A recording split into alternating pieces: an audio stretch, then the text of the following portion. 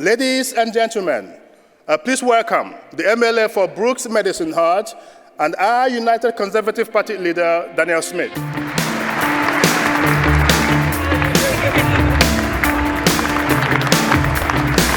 Oh, wow! Is this Edmonton?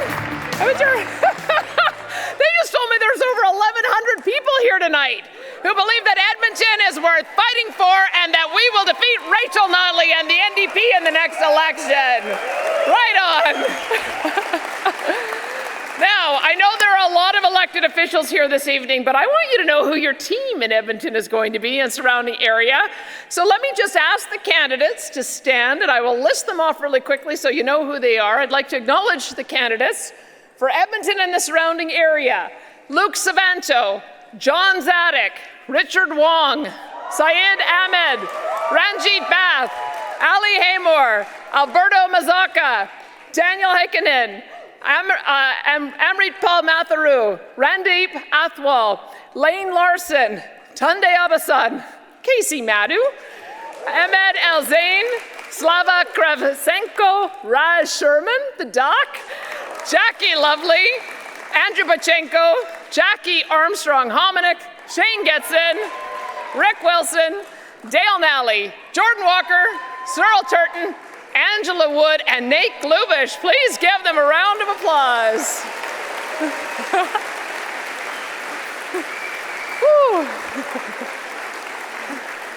I tell ya, what a great city. Other than minus 40 degrees Celsius in the heart of winter, what more could you ask for? You know, Edmonton is a place where virtually anyone can set down roots and succeed. You should be incredibly proud of this place, including the fact that it is virtually the most affordable large city in Canada. Young families from across our country and around the world move to Edmonton for a reason. They can afford to own a home, raise their children in a good environment, and lead great lives here. It has incredible schools, polytechnics, colleges, universities, where students can get a world-class education that sets them up for success in their careers far into the future. In Edmonton, you can do what you're passionate about and follow your dreams. And for some people, that means opening a small business, hiring great local workers, and giving back to the community through economic opportunities. For others, it might mean working at a nonprofit that looks after the social needs of our most vulnerable. But no matter what you do, I do respect the work ethic of Edmontonians. You guys are amazing.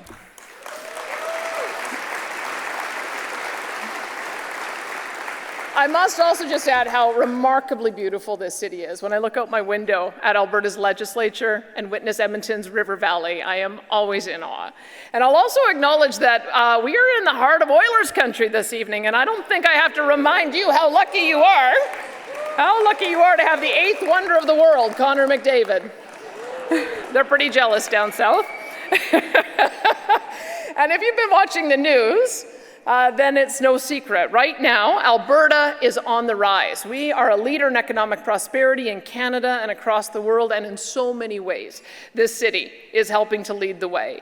And I also want you to know, you most certainly have a UCP government and a premier that believes in Edmonton. And together, we are going to do great things for the capital city. Just last week, our UCP government announced Budget 2023, packed full of investments and initiatives for Edmontonians. Education is a priority for our government, so we stepped up and announced funding for 8 new school projects, 3 priority projects for Edmonton Catholic, and 5 for Edmonton Public. So in total, this means planning or construction is underway for over 4,000 new students for Edmonton.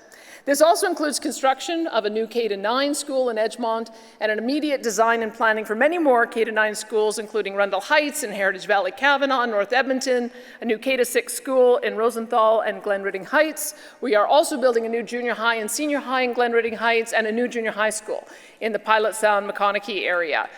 Now, let's talk about healthcare. And I want to be very clear on something. So Rachel Notley's Twitter account needs to pay attention to this. No matter who you are or how much money you make, you should never have to pay out of pocket to see a family doctor, ever. And that is why Our UCP government has made a record $24.2 billion investment into healthcare, including $2 billion alone in direct primary care. Under the UCP, Alberta has already hired 700 more doctors, 1,800 more nurses to take care of patients, and we're continuing with our plan to hire an additional 3,600 new doctors, nurses, paramedics, and other healthcare professionals. And that is so that every Albertan can get to see a family doctor and get access to health care when and where they need it. This also means a new hospital for South Edmonton, the first hospital in nearly 4 decades in this city. I see Deputy Premier Casey Madhu probably out there dancing a jig. He's here this evening, of course, and I want to acknowledge the hard work he has done advocating for the people of Edmonton. In fact, the Edmonton South Hospital is one of our highest priorities. We have dedicated over $634 million, committed right now with more coming to get the job done. So Casey, if you want to go to Home Depot, grab some shovels, I'll meet you over there when the spring thaw hits and we'll break some ground on it together. Now, I know this may take you by surprise, and you may not have heard yet, but there is a provincial election coming up in a couple months. Oh, so you have heard. My friends, elections matter, and this one matters more than any we have seen in Alberta's history. And I want to just stay on healthcare for just another moment, because I think the point I'm about to make is incredibly important. Over the last few months, Alberta has opened up a significant number of new surgical clinics and worked very hard on reducing surgery backlogs. And it's no surprise, except to the NDP, the plan is working. That means that thousands of new surgical spaces for publicly funded surgeries have opened. And as a province, we've brought down surgeries. Those past the clinically recommended wait time by 10% just in the last few months. So if you're someone waiting for surgery, or you're the family member of someone who is, I know that what this means to you. It means everything. But just a few months ago, on December 1st, Rachel Notley said she didn't want to see these kinds of ideas. She said it doesn't work. She says she wants to refocus her efforts into going backwards. Well, I have to say, the old ways under the NDP didn't work, but they want you to forget about that, don't they? They want you to forget that wait times increased for 9 of the top surgeries that got longer when they were in power than the previous government. The NDP wants you to forget that they threw billions of dollars at healthcare without any real plan and no success.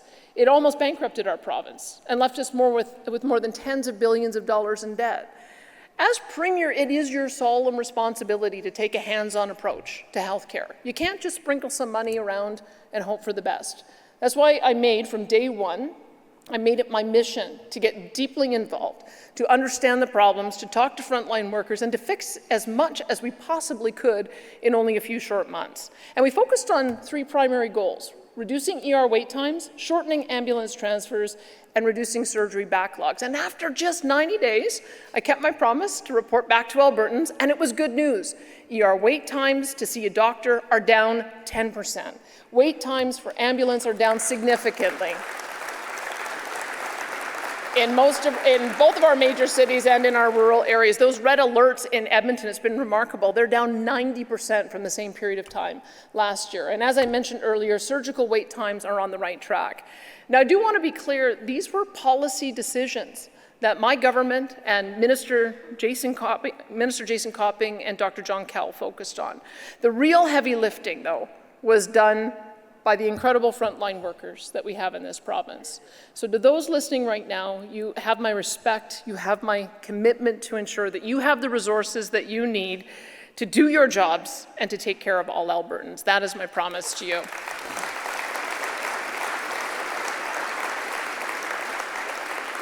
This province must continue moving forward. We cannot go backwards again under the NDP.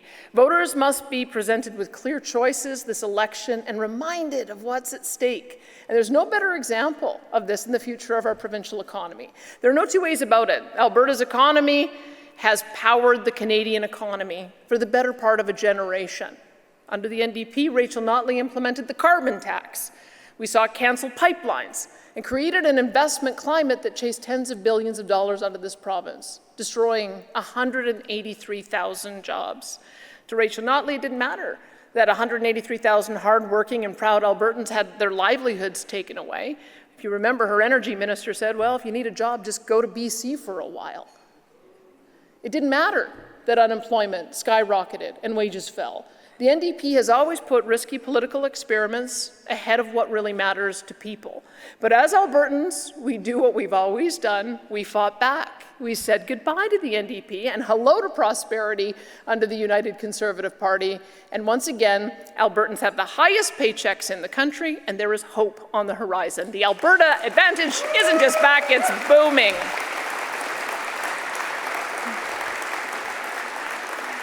Albertans just can't afford to allow the failed policies of the NDP to destroy what we have worked so tirelessly to build. So let's talk about some of the things the NDP don't want you to know. With the NDP Liberal coalition of Trudeau and Singh and Notley in charge, they will continue to attack our energy sector, destroying the jobs of hardworking Albertans. Only by electing proud United Conservatives will we ensure continued economic growth and opportunities for every Albertan, and this means jobs, roads, schools, hospitals, paychecks, pensions, and yes, the lowest fuel prices in Canada.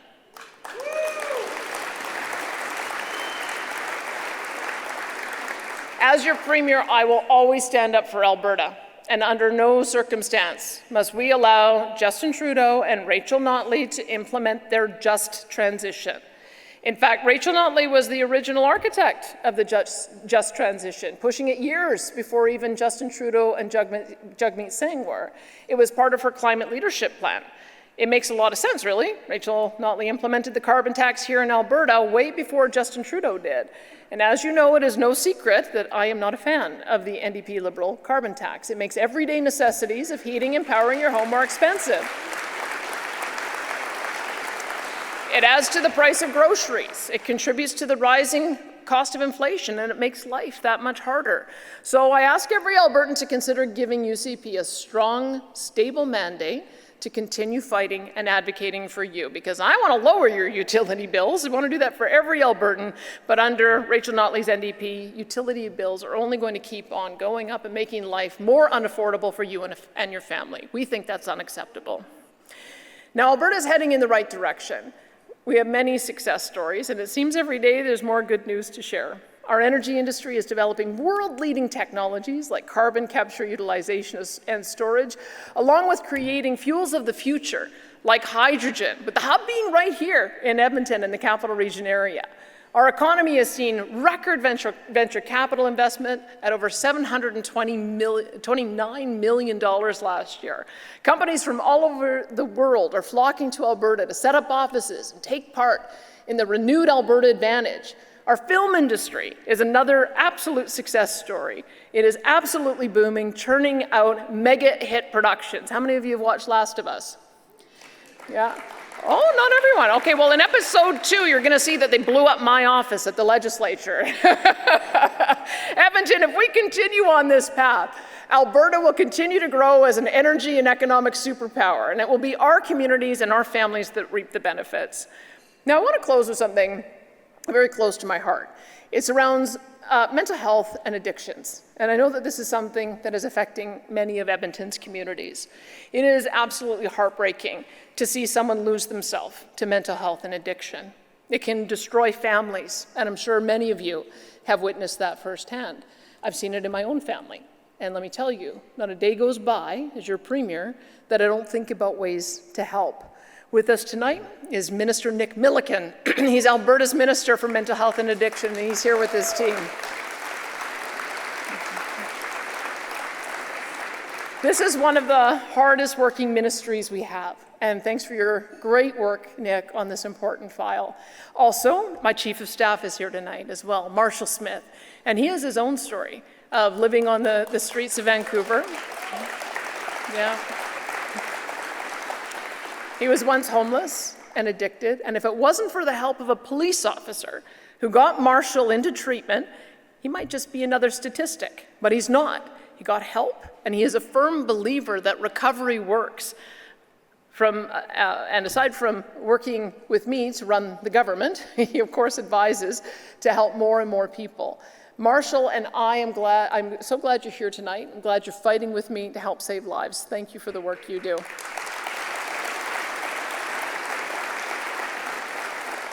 It's becoming known as the Alberta model, so I want to share with you a little bit about what we've done, because when our government came to office, the addiction system was capable of treating 19,000 Albertans per year.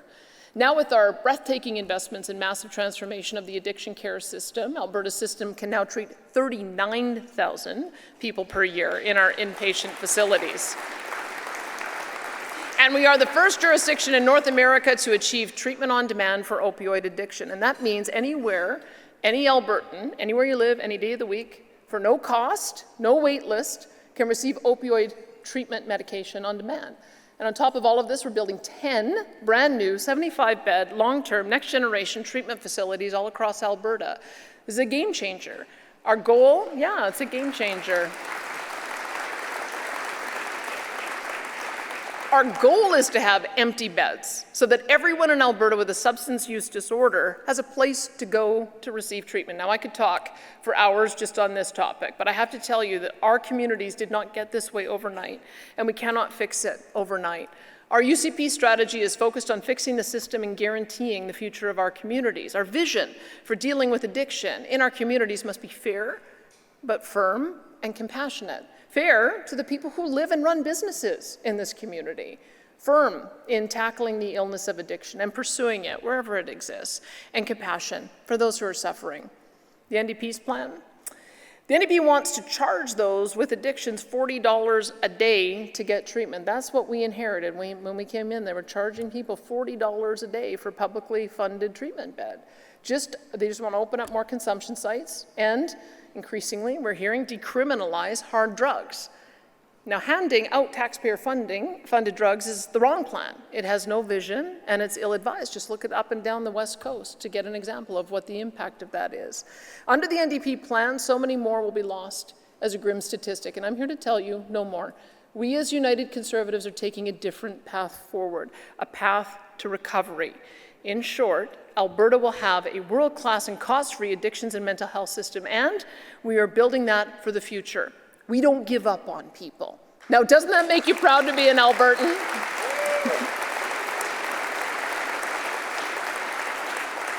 So, as Conservatives, we are leading with our hearts, but that does not mean we turn a blind eye to crime and disorder in Edmonton. Everyone in this city has the right to personal safety, and I think we are providing a balanced approach, compassionate care to those who need it, and zero tolerance for public disorder and violence on our streets. Edmonton is the capital city of the greatest province in the greatest country in the world. This is a proud city built from some of the hardest working people I have ever met. We don't leave people behind here to suffer needlessly, and we also don't allow organized crime to take hold and push us around. As Premier, I will see this city made whole for everyone. Now let me just finish by saying, without hesitation, the Alberta advantage is alive and well in this province. We have a bright future ahead, and I'm going to fight incredibly hard to ensure Edmonton has a stronger voice in the next strong, stable, and prosperous United Conservative government. Thank you for standing with me, and may Alberta always be strong and free.